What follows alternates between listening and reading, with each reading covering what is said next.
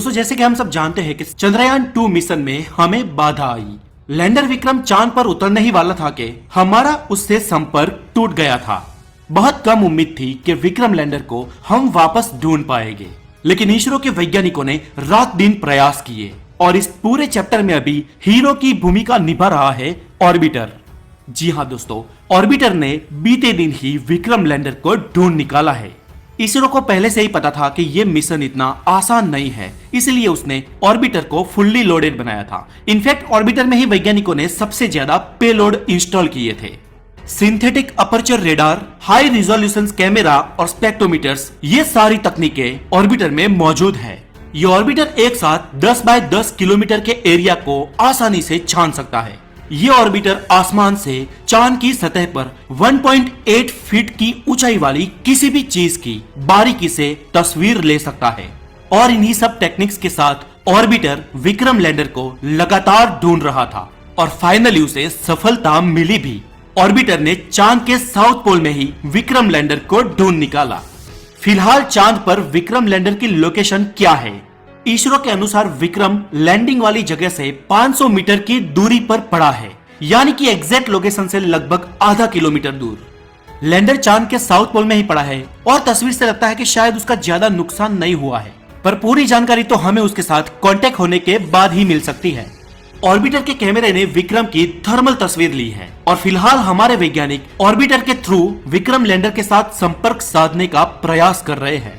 दोस्तों थर्मल तस्वीर यानी कुछ खास कैमरों ने किसी चीज की गर्मी से उत्पन्न होने वाली हीट की खींची हुई तस्वीर। किसी चीज से उत्पन्न होने वाली गर्मी से जो इमेज ली जाती है उसे थर्मल इमेज कहते हैं। और ऐसी ही एक इमेज के द्वारा हमें विक्रम लैंडर का पता चला है। अभी हमने सिर्फ लैंडर को ढूंढ निकाला है, लेकिन कांटेक्ट तो अभी भी उसके साथ टूटा हुआ ही है। अभी हमें ये भी नहीं मालूम कि लैंडर को कितना नुकसान हुआ है। कहा जाता है कि लैंडर जब उतर रहा था और चांद की सतह से 2.1 किलोमीटर की ऊंचाई पर था, तब शायद उसके थ्रस्टर इंजन में से शायद किसी एक थ्रस्टर इंजन ने काम करना बंद कर दिया हो। इस वजह से उसका रूट बदल गया हो और हमारा संपर्क उससे टूट गया हो। दोस्तों इसरो के चेयरपर्सन के सिवन ने कहा है कि वैज्ञानिक अभी लैंडर से कांटेक्ट करने का लगातार प्रयास कर रहे हैं और अगर उससे ज्यादा नुकसान नहीं हुआ है तो हम उससे जल्द ही कांटेक्ट करेंगे और उसे ऑपरेट करना शुरू कर देंगे। इसरो के अनुसार अभी 12 दिन बचे हैं विक्रम लैंडर से संपर्क साधने में, क्योंकि चांद पे अभी लूनर डेज चल रहे हैं और इसलिए इन दिनों में लगभग 14 दिन तक चांद पर रोशनी बनी रहती है। हालांकि विक्रम लैंडर पे सोलर पैनल लगे हुए हैं और अगर वो सही सलामत है तो वो सोलर एनर्जी से एक्टिवेट हो सकते हैं और उससे हमारा संपर्क साधा जा सकता है। लेकिन अगर ज्यादा दिन गुजर जाते हैं तो चांद पे लंबे समय तक यानी कि लगभग 14 दिन तक रात रहेगी और फिर अंधेरे में हम उसके साथ संपर्क नहीं कर सकते, इसलिए वैज्ञानिकों को फिर लंबा इंतजार करना पड़ेगा।